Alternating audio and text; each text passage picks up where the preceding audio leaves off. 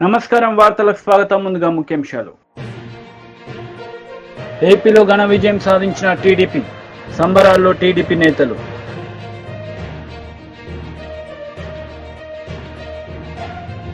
మళ్లీ మోదీనే ప్రధాని, బీజేపీ శ్రేణుల ఉత్సవాలు.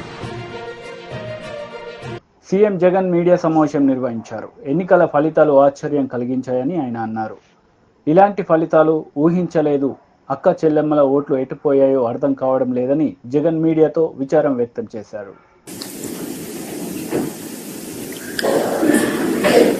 చూసిన ఫలితాలు జరిగిన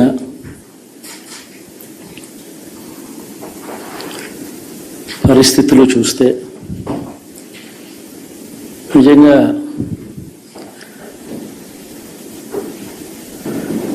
ఆశ్చర్యంగా కూడా ఉన్నాయి.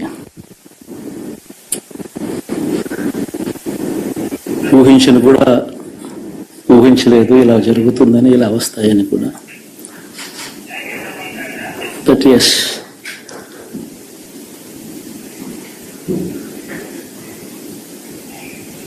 అమ్మఒడి అందుకున్న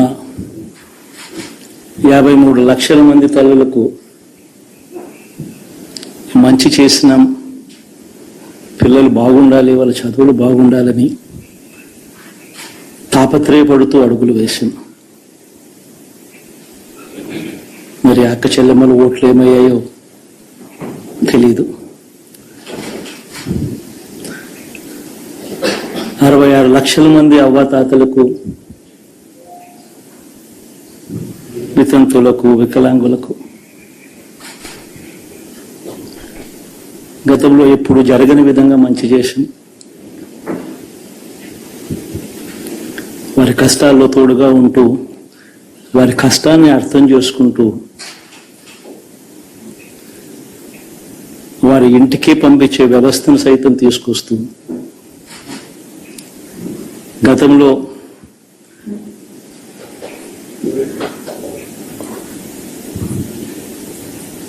మా ప్రభుత్వం అధికారంలోకి రాకమునుపు ఇస్తా ఉన్న చాలని పెన్షన్ నుంచి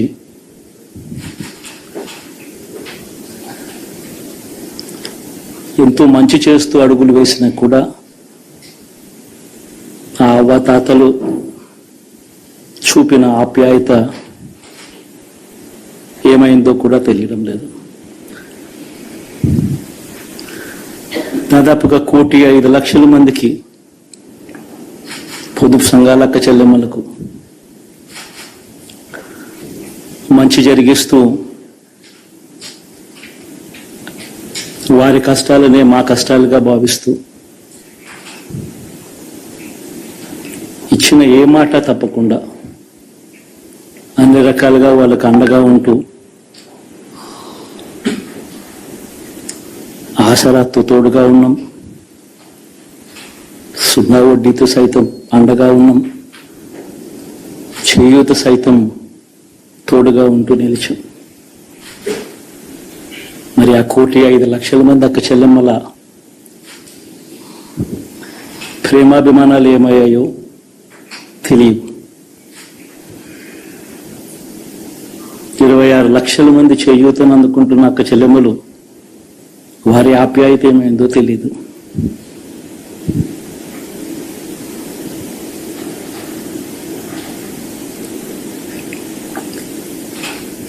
పిల్లల చదువుల కోసం ఏ తల్లి ఏ తండ్రి ఇబ్బంది పడకూడదు అని మొట్టమొదటిసారిగా పూర్తి ఫీజులు ఇస్తూ తీసుకొచ్చి అందగా నిలిచాం. చదువుల్లో ఎప్పుడూ చూడని మార్పులు తీసుకొచ్చాం. దాదాపుగా 12 లక్షల మందికి సంవత్సరానికి మంచి జరిగిస్తూ, ఆ పిల్లలు, ఆ తల్లుల అభిమానం ఏమైందో కూడా తెలియదు.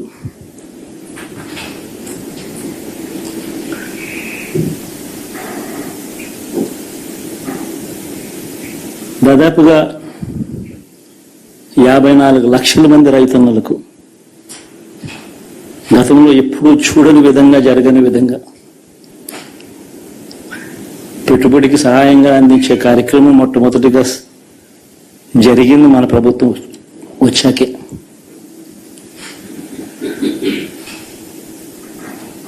మరి అంతగా రైతన్నలకు తోడుగా ఉంటూ రైతన్నలకు రైతు భరోసా ఇవ్వడం కానీ 21 స్థానాల్లో పోటీ చేసి ఘన విజయం సాధించింది జనసేన పార్టీ. ఈ సందర్భంగా పవన్ కళ్యాణ్ ఆనందం వ్యక్తం చేశారు. తెలుగుదేశం శ్రేణులకి, తెలుగుదేశం నాయకులు వర్మ గారికి,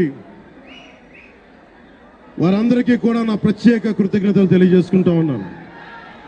మీరు పిఠాపురంలో పవన్ కళ్యాణ్ గెలిపించలేదు.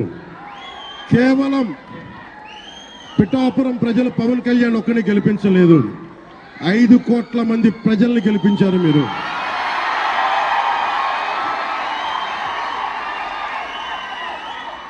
నాకు బలం ఇచ్చారు. ఈరోజు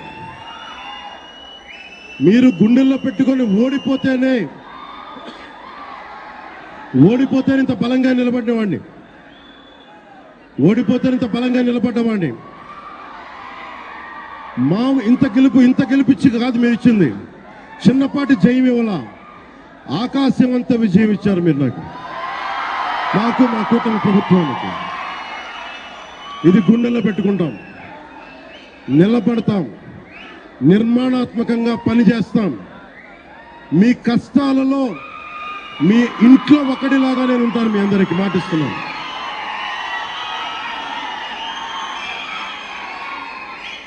మీ ఇంట్లో ఒక్కడిగా, ఒకటే గుర్తుపెట్టుకోండి, మా ఇంట్లో మా కుటుంబ సభ్యుడు.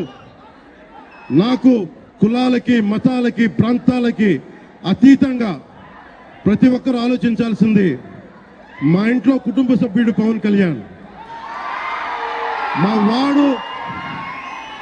మా వాడు అసెంబ్లీలో అడుగు పెడుతున్నాడు, మా కష్టాల కోసం మాట్లాడతాడు, మా కష్టాల కోసం నిలబడతాడు.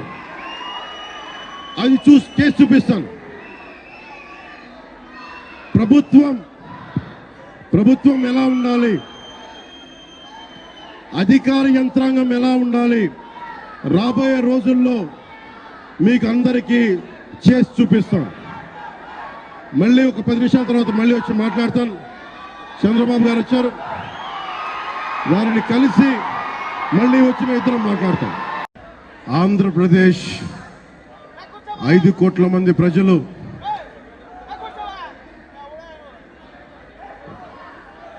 మీరు కూడా కూర్చోండి. చాలా చారిత్రాత్మకమైన తీర్పిచ్చిన రోజు. ఏపీలో కూటమి అఖండ విజయం సాధించింది. దీంతో చంద్రబాబు నాయుడు కుటుంబ సభ్యులతో సంబరాలు జరుపుకున్నారు.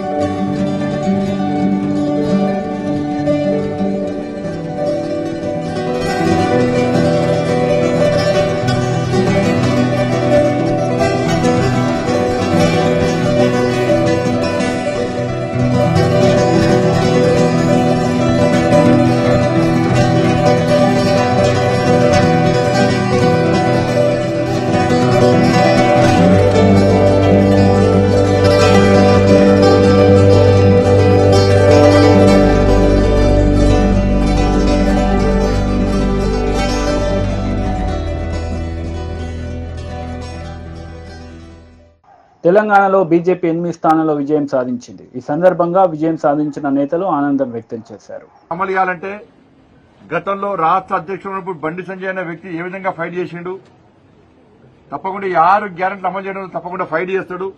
దేనికైనా తెగించి కొట్లాడతాడు, మా కోసం కొట్లాడతాడు, పేద ప్రజల కోసం కొట్లాడతాడు, కార్యకర్తలను కాపాడుకుంటాడని చెప్పి ఒక నమ్మకం, విశ్వాసంతో ప్రజలు వాళ్ళ తీర్పును వెలువరించారు. కాబట్టి తప్పకుండా రాబోయే రోజుల్లో ప్రజల పక్షానుంటూ, కార్యకర్తలకు అండగా ఉంటూ, కాంగ్రెస్ పార్టీ ఇచ్చినటువంటి 6 గ్యారెంటీలు పక్కా అమలు చేయాల్సిందే. అమలు చేసేవారు కూడా ఇలా ప్రజల పక్షాన పోరాడతాం. దాంతోపాటు కేంద్రంలో నరేంద్ర మోడీ గారి ప్రభుత్వం తిరిగి ఏర్పడబోతున్నది. 3వ నరేంద్ర మోడీ గారు ముచ్చటగా 3వ ప్రధానమంత్రి కాబోతున్నారు. ఈ తెలంగాణ రాష్ట్రంతో పాటు కరీంనగర్ పార్లమెంట్ నియోజకవర్గానికి గతం కంటే ఇంకా మెరుగైన స్థాయిలో ఎక్కువ నిధులు తీసుకొచ్చి ఈ కరీంనగర్ పార్లమెంట్ నియోజకవర్గాన్ని ఇంకా అభివృద్ది చేస్తామని చెప్పి ఈ సందర్భంగా తెలియజేస్తూ, ఇంత భారీ మెజార్టీతో రికార్డు బద్దలు కొట్టే విధంగా కరీంనగర్ పార్లమెంట్ లో గతం కంటే రికార్డు బద్దలు కొట్టే విధంగా నన్ను ఆదరించి, అభిమానించి ప్రోత్సహించినటువంటి కరీంనగర్ పార్లమెంట్ నియోజకవర్గ ప్రజలందరూ కూడా హృదయపూర్వక ధన్యవాదాలు. మా లక్ష్యం నెరవేరింది. ఎందుకంటే బండి సంజయ్కి ఓటేస్తే బండి సంజయ్ పోయి నరేంద్ర మోడీ గారిని ప్రధానమంత్రి చేయడానికి ఓటేస్తారని చెప్పి కరీంనగర్ పార్లమెంట్ నియోజకవర్గ ప్రజలు అయితే ఆశించారో తప్పకుండా ఆ ఆశయం నెరవేరబోతున్నది, ఆ లక్ష్యాన్ని చేరుకోబోతున్నాం. మరొకసారి అందరు కూడా మీ అందరు కూడా హృదయపూర్వక ధన్యవాదాలు. జై శ్రీరామ్, జై హనుమాన్, జై నరేంద్ర మోడీ. భారత్ మాతా కీ జై, భారత్ మాతా కీ జై, భారత్ మాతా కీ జై. నరేంద్ర మోడీ గారి నాయకత్వం, నరేంద్ర మోడీ గారి నాయకత్వం, సంజయ్ గారి నాయకత్వం, అమిత్ షా గారి నాయకత్వం, అమిత్ షా గారి నాయకత్వం.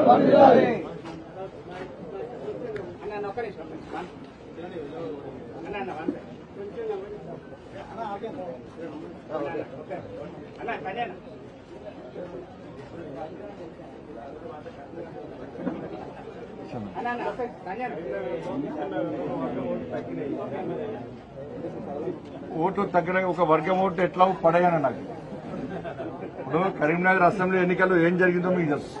నేను కుండబద్దలు కొట్టినట్టు మాట్లాడతాను. నేను ఏ వర్గానికి వ్యతిరేకం కాదు, ఒకరు ఓట్ల కోసం పాకాడే వ్యక్తిని కాదు. నాకు ఓటేసే వాళ్ళందరూ కూడా గౌరవిస్తా, నాకు ఓటైన వాళ్ళందరూ కూడా సన్మానిస్తా, వాళ్ళని కూడా నాకు ఏం అభ్యంతరం లేదు. కానీ కరీంనగర్ అసెంబ్లీ ఎన్నికల సందర్భంగా ఒక వర్గం అంతా ఒకటై భారతీయ జనతా పార్టీ అభ్యర్థిగా పోటీ చేసినటువంటి నన్ను ఓడగొట్టారు. ఇలా కాంగ్రెస్ పార్టీ, బీఆర్ఎస్ పార్టీ ఆ వర్గం ఓట్ల కోసం కక్కుర్తిపడ్డారు. వాళ్ళ ఓట్ల ద్వారా మాత్రమే గెలిచే ప్రయత్నం చేశారు. ఇవాళ నేను ఆ రోజు చెప్పినా, ఇప్పుడు ఓడిపోయినా కావచ్చు, కానీ నేను ఓడిపోయినా గెలిచిన ధర్మం కోసం పనిచేసే వ్యక్తిని, పేద ప్రజల కోసం పనిచేసే వ్యక్తిని, పార్టీ కోసం పనిచేసే వ్యక్తిని. కాబట్టి కేసీఆర్ అనే వ్యక్తి కన్వీనర్కి వచ్చి తుర్కోలందరూ ఒక్కటి కావాలి, బండి సంజయ్ని ఓడగొట్టాలి, బండి సంజయ్ గలీజ్ గాడన్న కేసీఆర్ ఎంత గలీజ్ కూడా గుర్తించి అలా కేసీఆర్ బీఆర్ఎస్ పార్టీని అడ్రస్ లేకుండా వేసిన పార్టీ ప్రజలు, తెలంగాణ రాష్ట్ర ప్రజలు దాన్ని గుర్తుంచుకోవాలి. కేసీఆర్ కూటమి నేతలు మీడియా సమావేశం నిర్వహించారు. ఈ సందర్భంగా పలు అంశాలపై వారు మాట్లాడారు. ఆ రోజునే అనుకున్నాడు అతను. దానికి తోడు 8వ తారీఖున విజయవాడ నగరంలో గౌరవ మోడీ గారు, ప్రధానమంత్రి గారు, నారా చంద్రబాబు నాయుడు గారు, అలాగే పవన్ కళ్యాణ్ గారు ముగ్గురు చేసిన road show never in the history. విజయవాడలో అంత జనం, ఒక ప్రపంచంలాగా వచ్చారు జనం అందరూ కూడా ఈ ముగ్గురు నాయకుల్ని చూడాలని, వారికి మద్దతు పలకాలని, వారికి జైజేలు చెప్పాలని వచ్చిన తీరు ఆ రోజునే అనుకున్నాం. ఎస్, ఈ కూటమి ల్యాండ్ స్లైడ్ విక్టరీ కొట్టబోతుంది. ఈ జగన్మోహన్ రెడ్డి అరాచక పరిపాలనకు స్వస్తి పలకబోతుంది. ఈ జగన్మోహన్ రెడ్డి అప్రజాస్వామిక పరిపాలనకు చరమగీతం పాడబోతుంది. ఈ జగన్మోహన్ రెడ్డి రాజ్యాంగ వ్యతిరేక పరిపాలనకు ఇంకొక 5 ఏళ్ల పాటు ఈ ప్రభుత్వాన్ని భరించే స్థితిలో లేవని ప్రజలంతా ఒక నిర్ణయానికి వచ్చేశారు. దానికి నిదర్శనమే సునామీ లాంటి ఈ ఫలితాలు. సునామీ ఎలా వస్తుంది మనందరికీ తెలుసు. ముందు భూకంపం, ఆ తర్వాత సముద్రపు అలలు ఎలా ముంచేస్తాయో. గత నెల 13వ తారీఖున జరిగిన పోలింగ్ కూడా భూకంపం లాంటిదే. 81.66% ఓటింగ్ నమోదైందంటే ఈ రాష్ట్ర ప్రభుత్వం మీద ఎంత వ్యతిరేకత ఉందో అర్థమవుతుంది. ఆ రోజు ఓటింగ్ సరళిని విశ్లేషిస్తే ఊర్లకు ఎక్కడెక్కడో ఉంటున్న వాళ్ళు, ఆంధ్రప్రదేశ్ నుంచి వెళ్ళి బ్రతుకు తెరుగు కోసం ఎక్కడెక్కడో ఉద్యోగాలు చేస్తున్న వాళ్ళు, వ్యాపారాలు చేస్తున్న వాళ్ళు స్వచ్ఛందంగా తరలి వచ్చి ఈ ప్రభుత్వాన్ని సాగనంపాలి అని ఓటింగ్ చేశారు. రాత్రి 10-11 గంటల వరకు ఓటింగ్. ధన్యవాదాలు. ఆనాడు చంద్రబాబు నాయుడు గారి ఇంటికి ఆత్మకూరులో ఎస్సీ వర్గానికి చెందిన మాదిగలందరూ కూడా వైకాపా దెబ్బకు భయపడి, వారి దాడులకు భయపడి ఊరంతా ఖాళీ చేసి, ఆత్మకూరు ఖాళీ చేసి వెళ్ళిపోయారన్న నేపథ్యంలో వాళ్ళని తిరిగి to restore them in that village, వాళ్ళందరినీ తీసుకొని వెళ్ళటానికి బయలుదేరినప్పుడు ఆయన ఇంటి గేట్లు క్లోజ్ చేసి గేట్లకు తాళ్లు కట్టారు ఈ జగన్మోహన్ రెడ్డి గారు. ఆనాడు చంద్రబాబు నాయుడు గారు చెప్పారు. ఏఐసిసి HQలో కాంగ్రెస్ అధ్యక్షుడు మల్లికార్జున ఖర్గే మరియు రాహుల్ గాంధీ మీడియా సమావేశం నిర్వహించారు. ఈ సందర్భంగా ప్రత్యేక వివరణ ఇచ్చారు. बहुत प्रतिकूल माहौल में चुनाव लड़ा। सरकारी मशीनरी ने कदम कदम पर अवरोध डाला। बैंक खाते सीज करने से लेकर तमाम नेताओं के खिलाफ अभियान चलाया। फिर भी शुरू से आखिर तक कांग्रेस पार्टी का कैंपेन सकारात्मक था, पॉजिटिव था। हमने महंगाई, बेरोजगारी, किसानों और मजदूरों की बदहाली और संविधान संस्थाओं का दुरुपयोग जैसे विषयों को केंद्रीय मुद्दा बनाकर हम जनता के सामने गए थे। इन मुद्दों पर बड़ी संख्या में लोग हमसे जुड़े, हमारा समर्थन किया। प्रधानमंत्री ने जिस तरह का कैंपेन किया वो इतिहास में लंबे समय तक याद रखा जाएगा। कांग्रेस के घोषणा पत्र के बारे में मोदी जी ने जो झूठ फैलाया, जनता ने उसे समझ लिया। मैं इस मौके पर कहना चाहूंगा कि श्री राहुल गांधी जी की दोनों यात्राएं, भारत जोड़ो यात्रा और भारत जोड़ो न्याय यात्रा के दौरान लाखों करोड़ों लोगों को मिलना, लोगों की समस्याओं को सुनना और आगे चलकर उन समस्याओं का हल ढूंढना हमारे कैंपेन का आधार बना। हमने इसी को 5 न्याय और 25 गारंटी का नाम दिया और इसी के आधार पर हमने गारंटी कार्ड बनाया। हमारे कार्यकर्ता उसे लेकर घर घर पहुंचे और लोगों को संपर्क करें। इसके अलावा जो एक महत्वपूर्ण बात है वो भाजपा नेतृत्व की अहंकार की वजह से हुई। उन्होंने धीरे धीरे सारे संवैधानिक संस्थाओं के ऊपर गैर कानूनी तरीके से कब्जा करने की कोशिश की। फिर इनका उपयोग विरोधी दल के खिलाफ करने लगे। जो दब गया उसे दबा के अपने तरफ लिया, जो नहीं दबे उसकी पार्टी को तोड़ दिया, नहीं तो फिर जेल में डाल दिया। लोगों को ये विश्वास हो गया था कि मोदी जी को एक मौका और मिला तो अगला हम में कांग्रेस पार्टी के सब नेताओं ने 2-3 चीजें की। सबसे पहले हमने इंडिया गठबंधन के पार्टनर्स की रिस्पेक्ट की, उनकी जो विशेष थी उनको हमने साथ लिया और आपने देखा होगा कि जहां भी गठबंधन लड़ा हम एक होके लड़े। दूसरी बात, कांग्रेस पार्टी ने क्लैरिटी से हिंदुस्तान को एक नया विजन दे दिया है। Pro poor vision, pro production vision Hindustan को इंडिया गठबंधन ने साफ दे दिया है। ये जो हमारा परफॉर्मेंस हुआ है, इंडिया गठबंधन का परफॉर्मेंस हुआ है, इसके पीछे कॉन्स्टिट्यूशन, जो रिजर्वेशन पर बीजेपी ने आक्रमण किया, गरीबी, अदानी जी के आपने स्टॉक्स तो देखे होंगे, देखे वो स्टॉक्स उनके, तो बड़ी इंटरेस्टिंग बात है। जनता अदानी जी को मोदी जी से डायरेक्टली कोरिलेट कर रही है। मोदी जी की हार होती है, स्टॉक मार्केट कहता है भैया मोदी जी गए तो अदानी जी गए। मतलब डायरेक्ट रिलेशनशिप है, करप्शन की रिलेशनशिप है। और देश ने नरेंद्र मोदी जी को साफ कह दिया है कि हम आपको नहीं चाहते हैं। And this is the main thing that this election has said. The country has unanimously and clearly stated, we do not want Mr. Narendra Modi and Mr. Amit Shah to be involved in the running of this country. We do not like the way they have run this country. We do not appreciate the way they have attacked the constitution.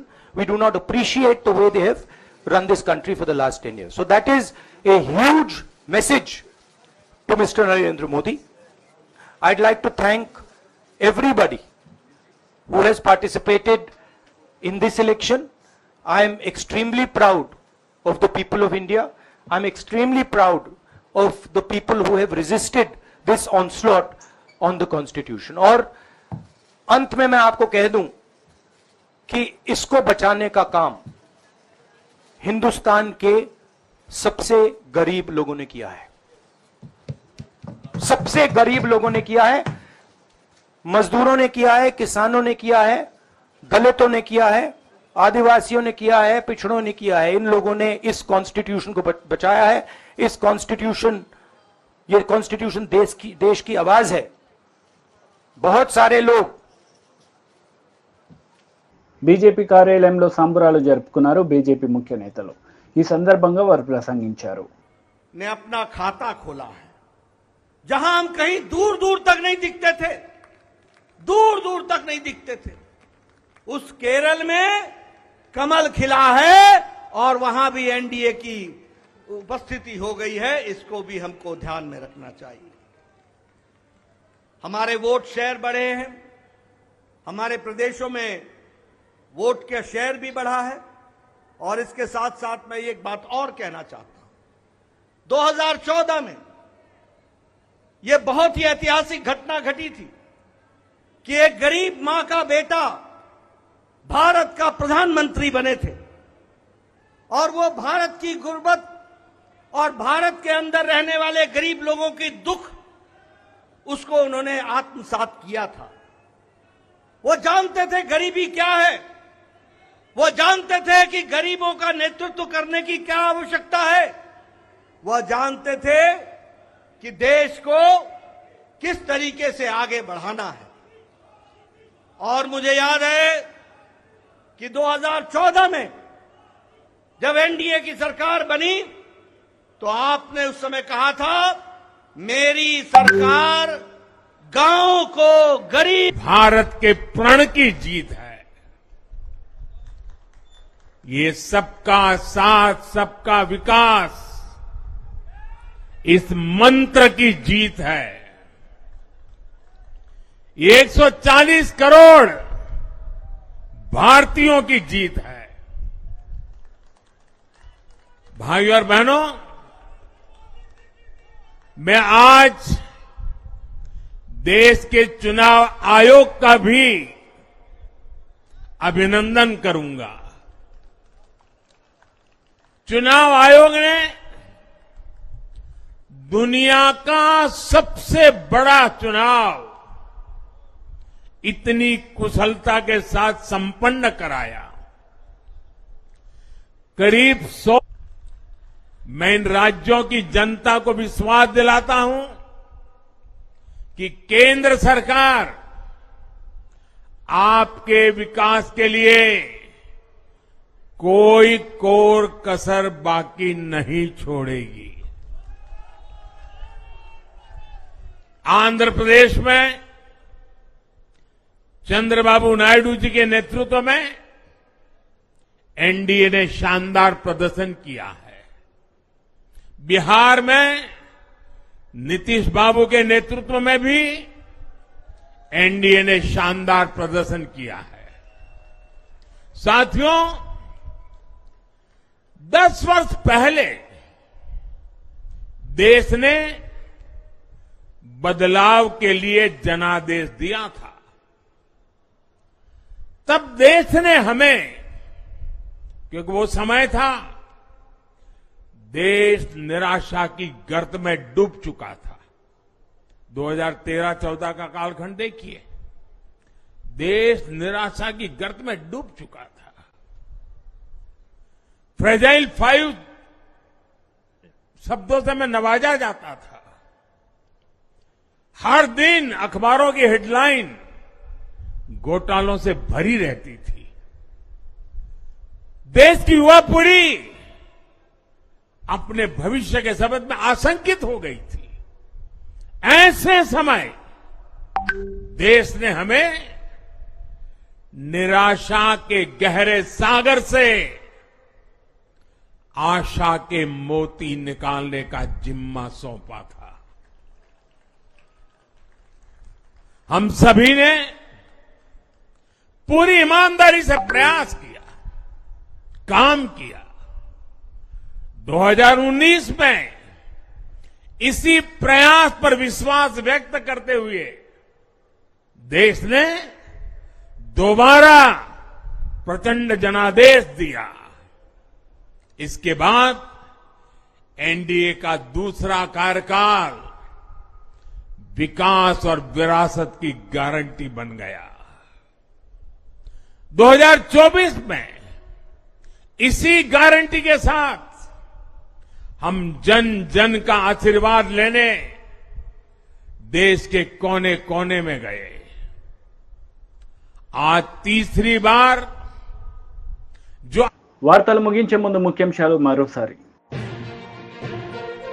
ఏపీలో ఘన విజయం సాధించిన TDP, సంబరాల్లో TDP నేతలు.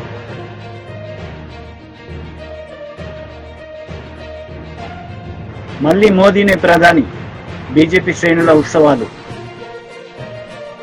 ఈ వార్తలు ఇంతటితో సమాప్తం. తిరిగి ప్రసారమయ్యే వార్తలు మళ్ళీ కలుద్దాం. అంతవరకు సెలవు. నమస్తే.